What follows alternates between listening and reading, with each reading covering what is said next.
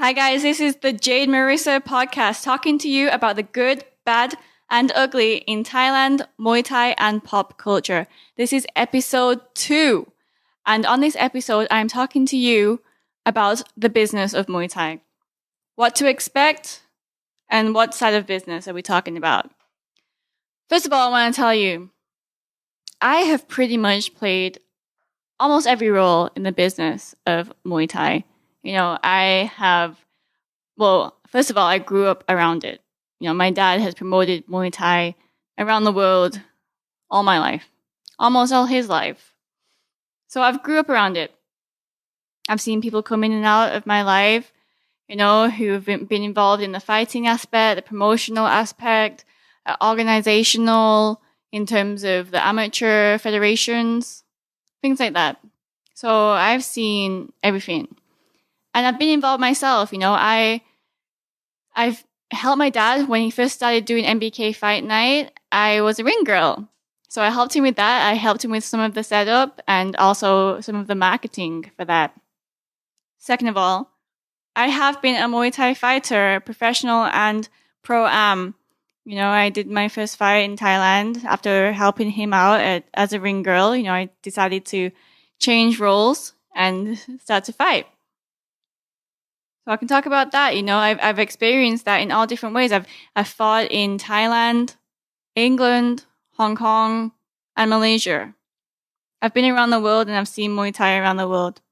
I've seen how the business is done around the world in Muay Thai. In the places I've been to.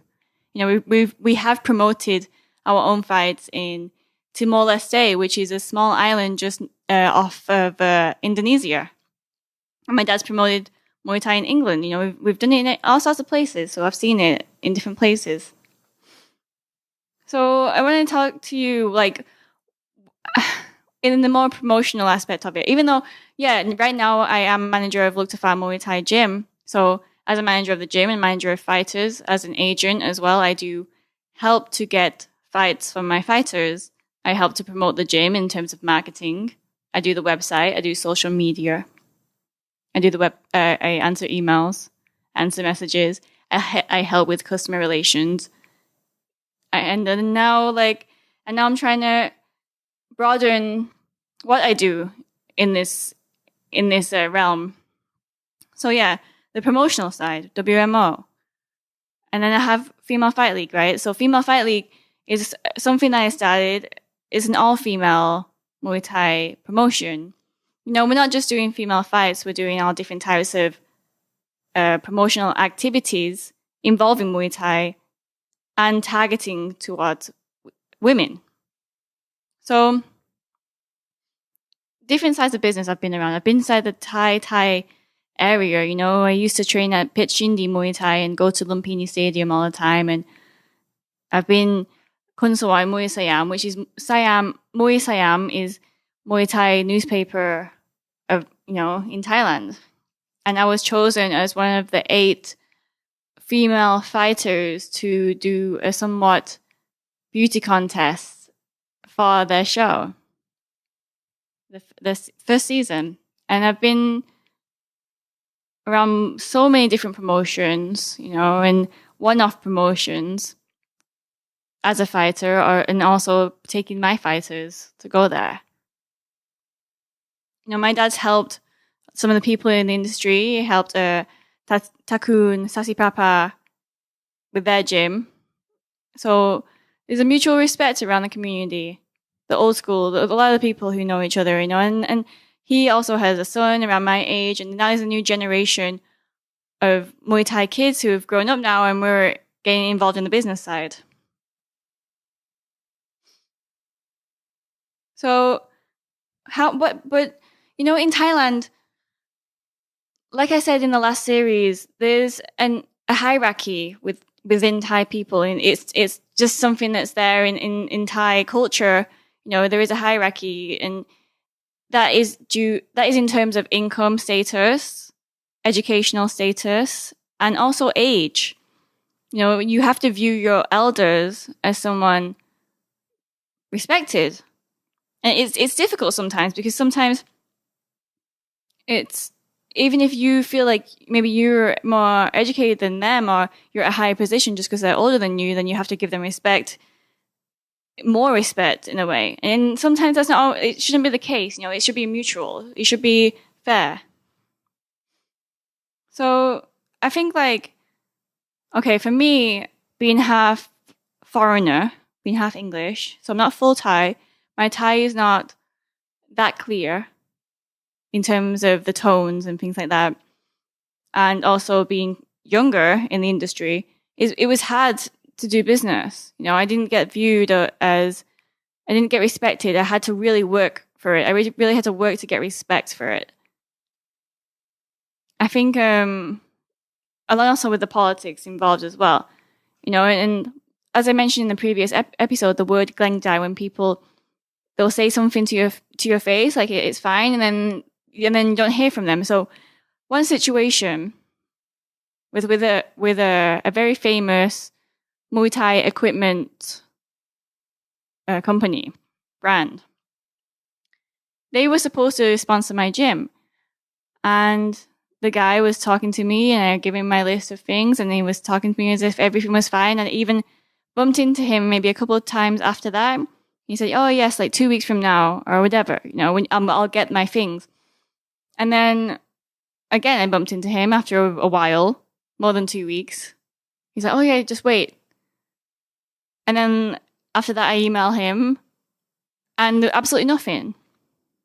So doing business in Thailand, you're going to have to realize that people are afraid to tell you the truth, and they will avoid telling you the truth. They will just either lie to your face or just completely avoid you, So eventually I realized that I wasn't going to get the equipment, and that was that. Absolutely. I can accept that, but better not to waste my time and just tell me, "Sorry, you asked for too many things," or "I don't think we can sponsor you at this time." Just tell me the truth.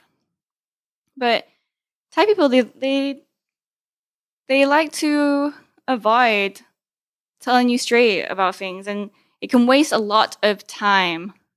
And I feel like that's happened to me on multiple occasions, not just in Muay Thai, but everything. This is business in Muay Thai, in Thailand in general.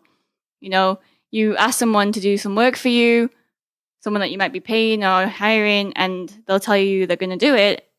And then it comes to the date when they're supposed to send it to you, and nothing. So this is something you have to kind of expect in Thailand.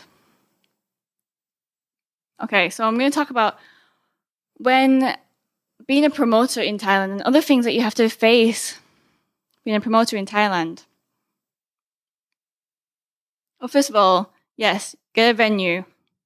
Find out the concept and who the fighters are for your event.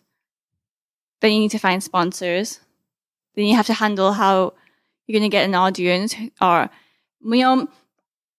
this is another thing I didn't mention in my last episode about why I think that Muay Thai is going down in Thailand, is because a lot of the Muay Thai shows or Muay Thai promotions in Thailand, they're actually free. If all these events are free, not mentioning Lumpini Stadium, Rajamanand Stadium, these big stadiums, I'm not mentioning them because, okay, we know that you have to pay for them, okay, so thank you if anyone wants to write that. But these other shows like, yes, Top King, MX Extreme, Super Champ, you just go in there and you watch it for free. If you watch it for free, how can these promotions make money back? There's no return of investment there. And that's why a lot of Muay Thai shows fail, because there's no return of investment. And they're free because they want to bring people in. Because Thai people, the general Thai public, unless they're gamblers, they won't pay. They don't want to pay to watch fights. So there's no money coming back into the show. So they have to rely on sponsors, which is a terrible business plan, really, if you think about it long term. That's why a lot of them don't work long term, no matter how good they are. And yes, I mentioned Thai Fight last time, because Thai Fight, they have a different sort of negotiation with the governments of each district in Thailand. So they have their own thing going on, and they're very smart.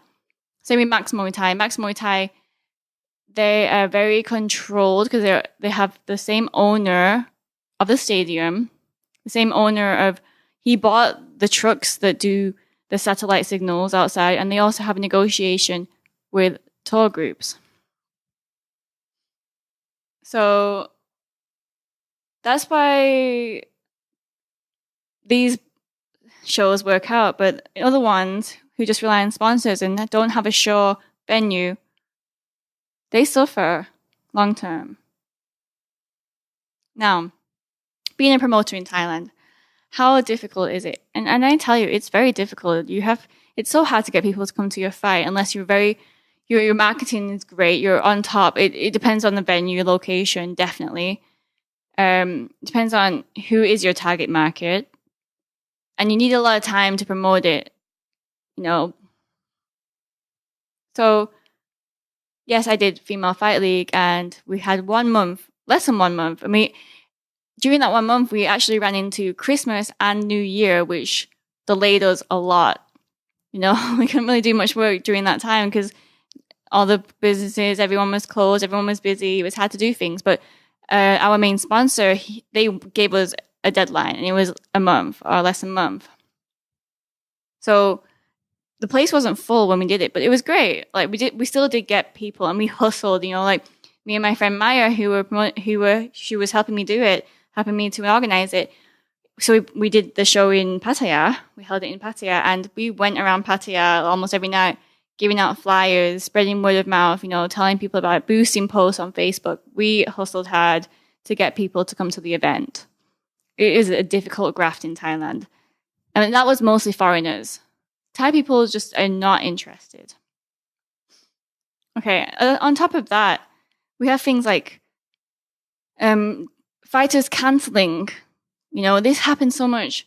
Fighters do cancel their fights sometimes, due to being sick, having an injury, whatever. This happens, and as the promoter, you need to be prepared. You need to have contacts around different gyms, just fighters in general. But I would say around different gyms in the place that you're at. So in Thailand, you need to know these people because fighters canceling is going to happen if you're going to be a promoter, and you need to be prepared for that. So this happened to me as well. Like I had one girl, she was sick, she had a fever, and we had to cancel her. Well, her manager canceled her maybe 3 days before the fight, and I had to find a last-minute replacement just the day before the weigh-in. That was not easy, but it's things that you have to do as a promoter and things that you have to deal with as a promoter.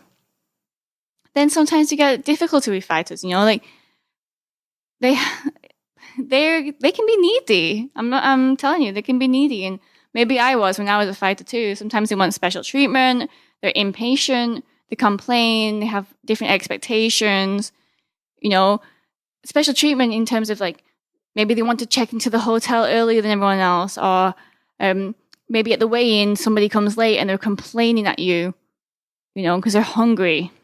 This I understand, but I, as a promoter, cannot make the person come faster if they're late. And sometimes people are not late. They're just, if you're super early, same thing, you still gotta wait. So things like that you have to deal with. Also promoting, you have to do like rehearsals before the fight with the fighters, walking out and different cues for timing. Okay, yes, it can be tiring for the fighters, but at the end of the day, you want a great show because you have a great show and the fighter does well. The fighter does an entertaining show, doesn't have a show-off fight, no matter what the outcome is, they can be called back, and then it's good for their record, it's good for their career. To work with promoters well is ideal for a fighter. I do recommend, if anyone is a fighter, you have to work with a promoter because that promoter is your way to the top. Okay, if you piss off any promoter, that's not going to be any benefit to that. So, as a fighter myself, I think I was respectful to promoters. The only thing I asked for when I was going to fighting places is possibly if I had a male trainer coming with me, of course I wanted a separate room to my male trainer, and that was usually absolutely fine. Other than that, I was respectful and I followed any program or anything that I had to do, you know. Of course you're going to complain, but you can complain to your trainer who you're with. You know, just talk about it with them. Do not complain to the promoter.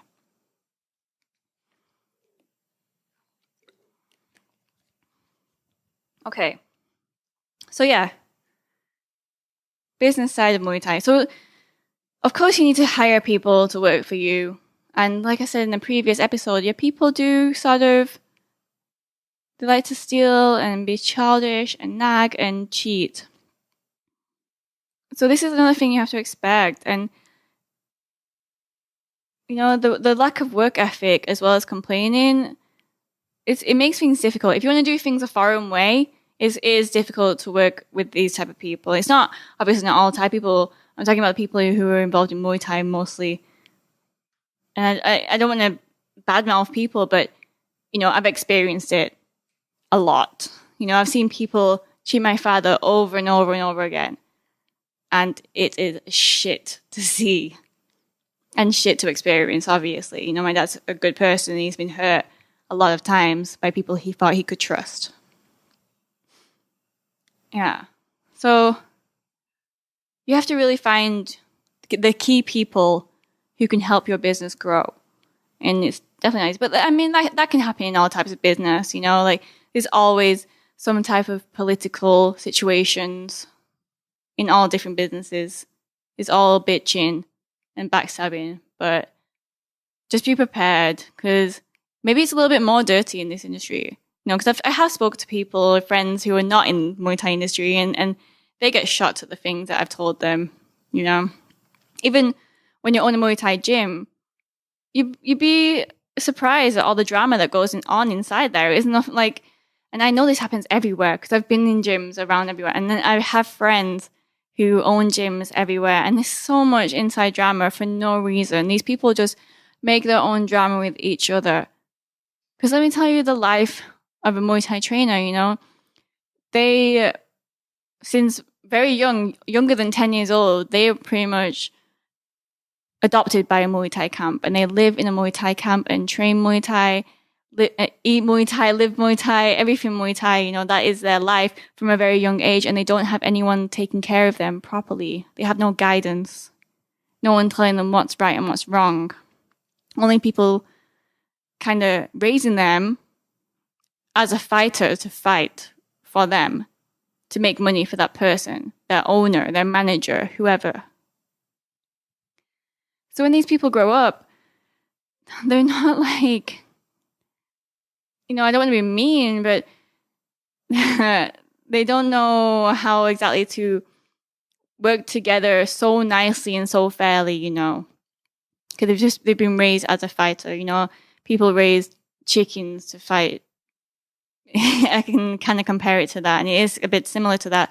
And I don't want to knock Muay Thai because it is our culture, but if we kind of value the sport more and bring more money into the sport, then we could also take care of these fighters and these people better and raise them to be more dignified people in our society, in our country. You know, it's a very important point, really, because we are raising the future of the country. You know, and there's so many fighters. A lot of them are really good people. It's just like they bicker over the smallest things, and it can cause a huge war in their little gangs in the gym. You know, and it definitely does happen in every gym because, like I said, I have owners of many gyms around Thailand. And I've been to those gyms myself. You know, I used to train in a few different gyms before my father owned his own. So, yeah, that's another thing you need to be aware of. You need to be very strong-minded. You need to have a lot of grit and a lot of emotional intelligence. You need to be able to kind of grasp these trainers, these people, the fighters, whoever, you know, be the referee in the middle of them. And sometimes what I have done in the past, I've put all my trainers who were fighting with each other, I put them in the ring. I sat them in a circle in the ring. I sat there and I just said, okay, tell me what's going on. Why are you mad at this person? Why do you have a problem with this person? What happened? what made this reaction. You have to somewhat be a counselor to these people. Or I like to joke around and say I'm a mother to them. I treat them as my children, even though most of them are older than me. But I ask them tell me what's going on and let out your emotions, and then let's make it better. How can we move past this, and you can restore your friendship, and everyone can return back to work normally and how you should do. So, yeah, another thing with Muay Thai, you as well as being the manager, the marketing, the customer relations, the fighter agent, and so on and so on, you also have to be a somewhat counselor towards your staff.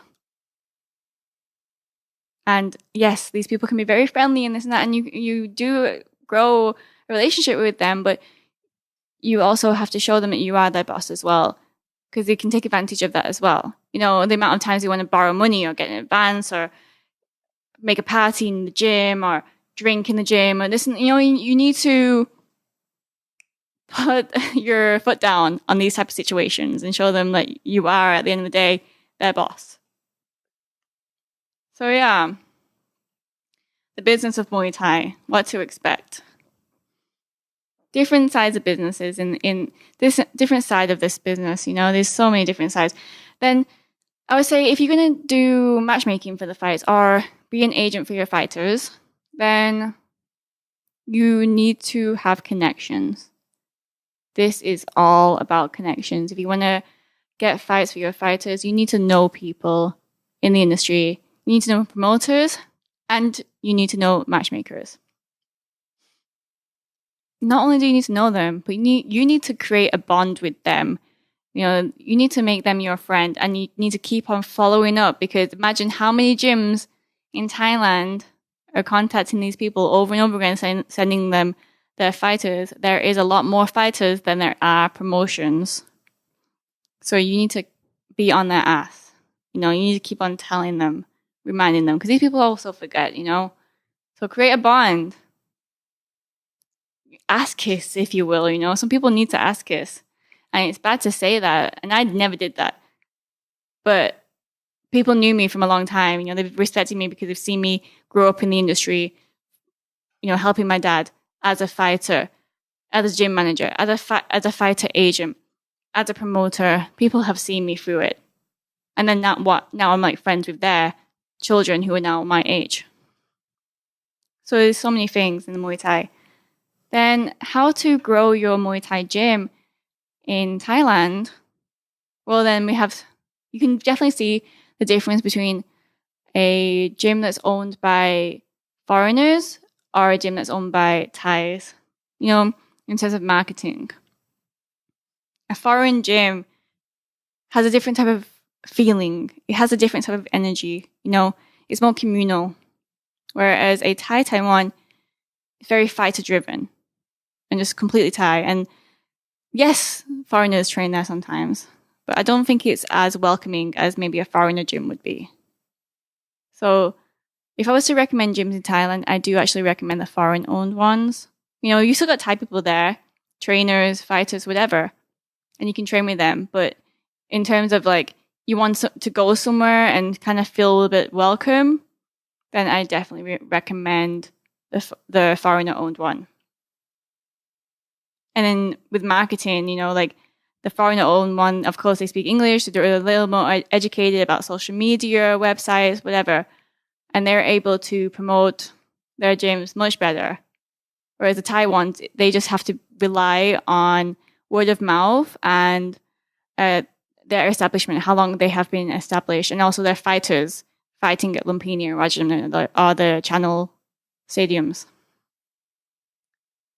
So yeah, that's kind of touching base in the business of Muay Thai, just different types of sides of it, my experiences, and some things I'm talking about with my friends and owners of gyms and fighters and whatever. So that was episode 2, and I would like to thank you all for listening, talking about the business of Muay Thai, what to expect, and I'm happy to read your comments, and maybe on the next video you'll hear a lot more. So Stay tuned. Peace.